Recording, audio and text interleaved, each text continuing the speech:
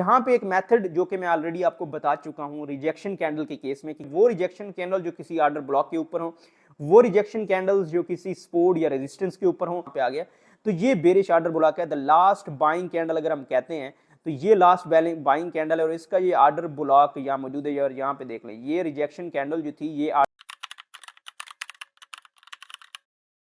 तो आज हम डिस्कस करते हैं बीटीसी के बारे में, क्योंकि सैटरडे संडे को गोल्ड की मार्केट तो क्लोज होती है और मैंने आपको कहा भी था कि जो सीपीआई रिपोर्ट आई है, जो कि मैंने अपने व्हाट्सएप कम्युनिटी ग्रुप में शेयर भी की थी, कि आप उसको ज़रूर रीड कर लें, उसको अंडरस्टैंड करें कि सीपीआई रिपोर्ट का गोल्ड के ऊपर क्या इफेक्ट होता है। होप सो कि आप लोगों ने उसको सर्च भी कर लिया होगा, पढ़ भी लिया होगा कि इस गोल्ड के ऊपर क्या इम्पैक्ट आने वाला है नेक्स्ट आने वाले कुछ वीक्स के अंदर।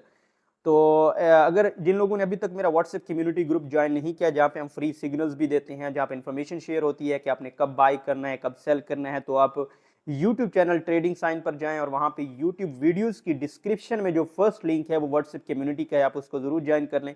और जिस भी प्लेटफॉर्म पर आप देख रहे हैं वीडियो, उसको ज़रूर फॉलो कर लें, सब्सक्राइब कर लें। तो चलते हैं अब देखते हैं कि जो बीटीसी की मूवमेंट है वो सैटरडे जो आज का दिन है, तो आज तो बहुत ही स्लो थी, यानी कि बहुत मूवमेंट इस सेंस में हम कह सकते हैं कि बीटीसी की जो मूवमेंट है ये एक जिस तरह से मार्केट स्टक हो जाती है तो उस तरह की मूवमेंट है।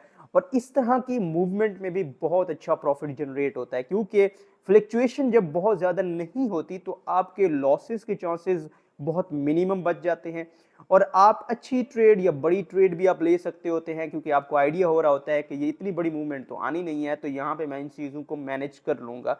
तो लेट्स सी स्टार्ट नाउ।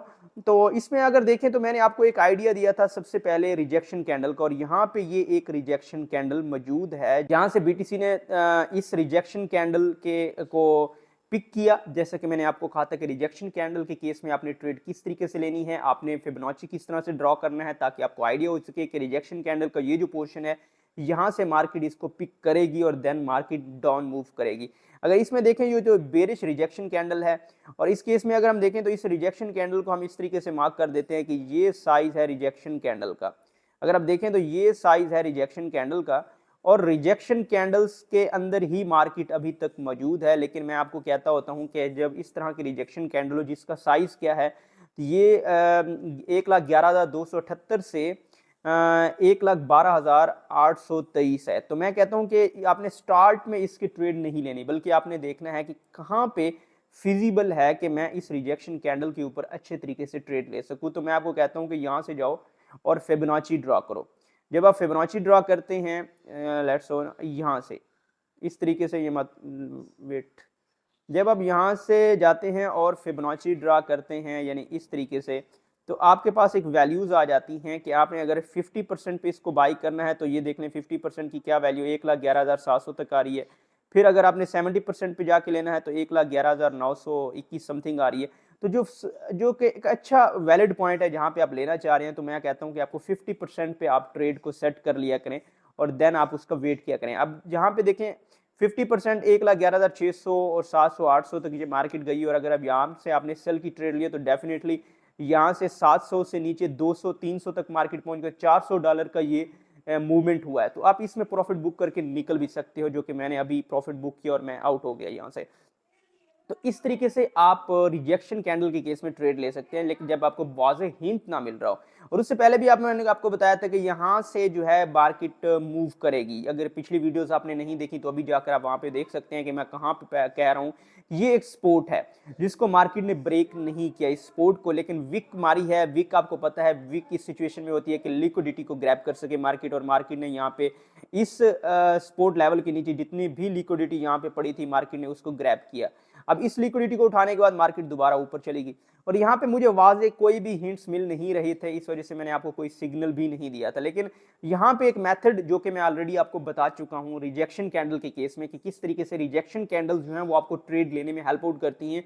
और आप कोशिश किया करें कि रिजेक्शन कैंडल्स के जो ट्रेड्स होती हैं वो रिजेक्शन कैंडल जो किसी ऑर्डर ब्लॉक के ऊपर हो, वो रिजेक्शन कैंडल्स जो किसी सपोर्ट या रेजिस्टेंस के ऊपर हो, वो रिजेक्शन कैंडल्स जो किसी ऐसी प्लेस पर हो जो कि 2 या 3 हिंट्स दे रही हो, तो देन आप उसको ट्रेड कर सकते हैं। अगर इस रिजेक्शन कैंडल की बात करें, जो कि मैं इसको थोड़ा सा साइड पे कर रहा हूं, अगर इस रिजेक्शन कैंडल की बात करें जहां पर हमने अभी सेल की ट्रेड ली है, जो कि मैंने आपको बताया है कि बेरिश रिजेक्शन कैंडल केस में हम सेल की ट्रेड किए थे, तो ये रिजेक्शन कैंडल भी आर्डर ब्लॉक के ऊपर है। अब आप कहेंगे कि यहां से आर्डर ब्लॉक कहां पे आ गया, तो ये बेरिश आर्डर ब्लॉक है, द लास्ट बाइंग कैंडल अगर हम कहते हैं, तो ये लास्ट बाइंग कैंडल है और इसका ये आर्डर ब्लॉक यहाँ मौजूद है। और यहाँ पे देख लें, ये रिजेक्शन कैंडल जो थी ये आर्डर ब्लॉक के ऊपर थी, जो कि बेरिश आर्डर ब्लॉक है। क्योंकि आर्डर ब्लॉक का क्या फार्मूला है, क्या डेफिनेशन है, मैंने आपको कहा था कि case of bearish order block, तो last buying candle before the sell, तो ये लास्ट बाइंग कैंडल ही 1 आवर की, और ये जो सेलिंग कैंडल थी इससे पहले जो कैंडल होती है, वो जो उस कैंडल का साइज होता है वो होता है आर्डर ब्लॉक बेरिश के केस में। तो अगर आप देखें तो ये जो रिजेक्शन कैंडल थी, ये वाली रिजेक्शन कैंडल जो है, जिसकी बेस पे हमने ट्रेड लिया यहाँ पे सेल की 700 से 800 से, यानी 1,11,700 1,11,800 से, तो डेफिनेटली ये किसके ऊपर है रिजेक्शन कैंडल, ये इस आर्डर ब्लॉक के ऊपर है।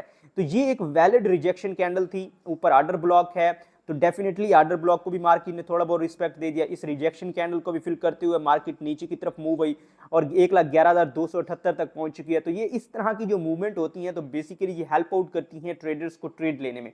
और जिस तरह की बीटीसी की आज की मूवमेंट है, that is very shocking as well, कि बीटीसी आज तक बहुत कम ड्यूरेशन होता है कि इस तरह की मूवमेंट हो। अदरवाइज आपको पता है 2,000, 3,000, 4,000, 10,000 डॉलर का पंप और डंप हो रहा होता है। बट ये भी एक बेनिफिशियल होती है उन लोगों के लिए जो काम मार्केट में प्रॉफिट जनरेट करना चाहते होते हैं। मैं आपको हमेशा कहता हूं कि जब ज्यादा फ्लक्चुएशन हो, छोटे जो कैपिटल वाले होते हैं वो साइड पे रहें, वो ट्रेड उस टाइम ना करें जब फ्लक्चुएशन हाई होती है। लेकिन जब फ्लक्चुएशन बिल्कुल स्लो हो, मिनिमम क्वांटिटी में, तो उस टाइम स्मॉल ट्रेडर बड़ा प्रॉफिट जनरेट कर सकते हैं। तो ये था आज की डिस्कशन, जिसमें मैंने आपको सारा बता दिया कि बीटीसी का सिनेरियो क्या है।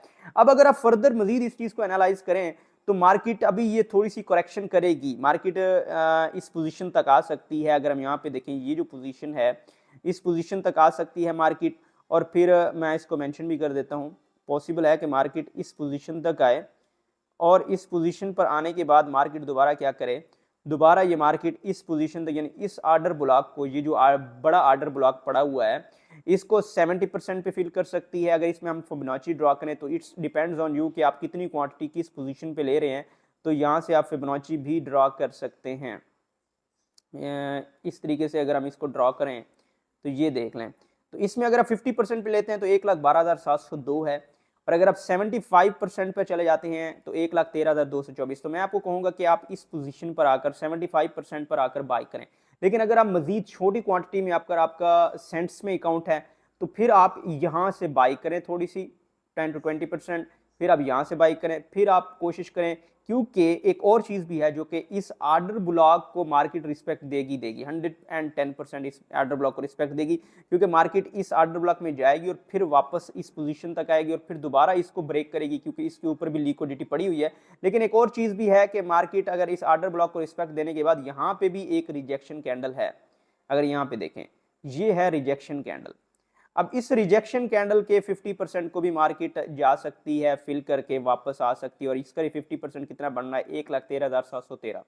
यानी इस तरीके से मार्केट इस रिजेक्शन कैंडल्स को पिक कर सकती है, रिजेक्शन कैंडल्स में भी हेल्प आउट कर सकती है। अगर आप यहाँ पे देखें, मार्केट यहाँ से आई है, तो इस पोजीशन पे भी क्या है, रिजेक्शन कैंडल के केस में अगर हम देखें, तो ये एक रिजेक्शन कैंडल थी, ये वाली।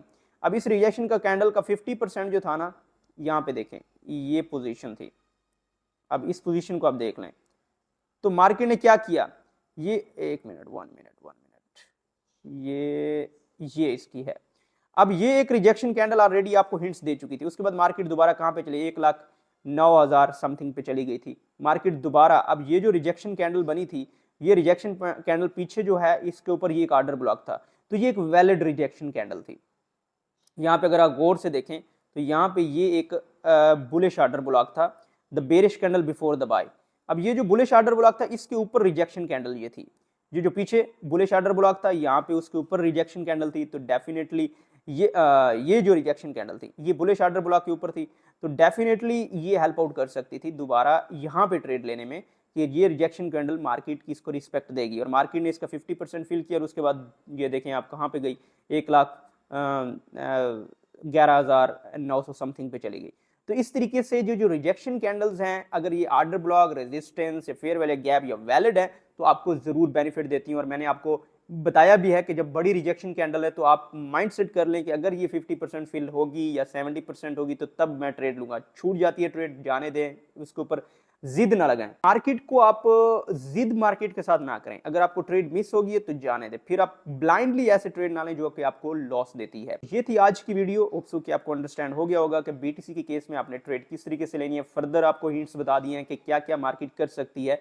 It's depends on you. अगर आपको यकीन नहीं आ रहा तो आप पिछली वीडियोस देखेंगे, आप वहां पे रिजेक्शन कैंडल वाली वीडियो देखेंगे, वहां पे मैंने आपको क्लियरली ईच एंड एवरीथिंग बता दी थी कि रिजेक्शन कैंडल के केस में आपने ट्रेड लेनी किस तरीके से। तो इस अभी जाकर यूट्यूब चैनल ट्रेडिंग साइन को जरूर सब्सक्राइब कर लें और उसके डिस्क्रिप्शन में मौजूद व्हाट्सएप कम्युनिटी को ज्वाइन कर लें, जहां पे आपको फ्री ऑफ कॉस्ट सिग्नल मिलेंगे। और बहुत ही जल्द हम लाइव ट्रेडिंग स्टार्ट करने वाले हैं, जिसमें हमारा जो टारगेट होगा $200 को हमने $10,000 करना है। ये एक बहुत बड़ा चैलेंज होगा और ये एक बहुत बड़ा प्रोजेक्ट भी होगा जो कि लॉन्ग टर्म चलेगा। ये एक दिन में नहीं होगा। But I am not responsible of your profit and loss. I am not responsible of anything which you are adopting, but I am only sharing information here on the WhatsApp community, on YouTube channel, on TikTok, on Facebook, on Instagram. But it depends on you how you learn these things, how you applied these things, and time is very important in trading. Otherwise you will waste your money, and without learning don't trade. तो अपना बहुत सा ख्याल रखिए। Okay, अल्लाह हाफिज।